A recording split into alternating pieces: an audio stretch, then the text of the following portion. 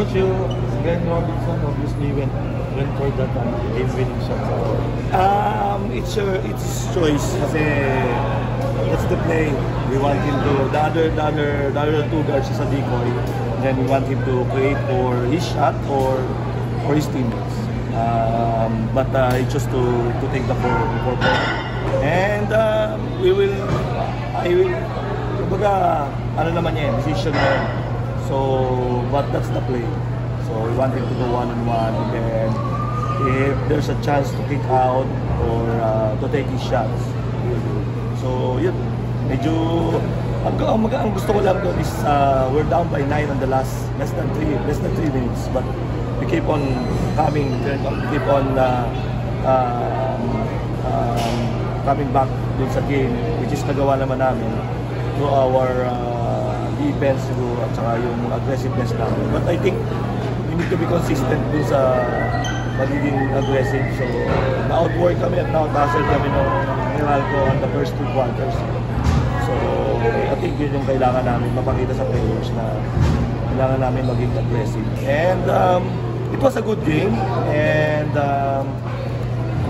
at least we give ourselves a chance to win. Although, yun na, hindi pumasok. Satisfied natin on our first game. Nakita namin na at least we can compete with the champion team. Siguro it's a breaks of the game, and we need to be more prepared next time. May mga lapses lang kami on the mga middle of the game. Mga lapses, actually madami kami lapses, and we gave up 61 rebounds against our 44, so that's a lot of rebounds and 19-second chance points. Medyo mabigat yung rebounding. Talagang laki ng discrepancy sa rebounds. So, yun. I think yung offensive rebounds doon kami natalo. Dami nilang offensive rebounds. So, looking percentage sa 4 points. Ano sa'yo mo overall sa... Yeah, medyo hindi naman talaga namin nahanap.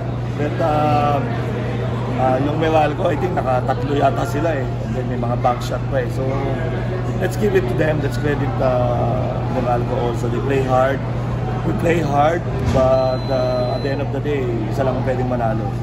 So, we will try to siguro tingnan yung game, and then we will not dwell on this one. We will try to prepare hard for our next game on Friday. Okay, thank you. Thank you, Coach.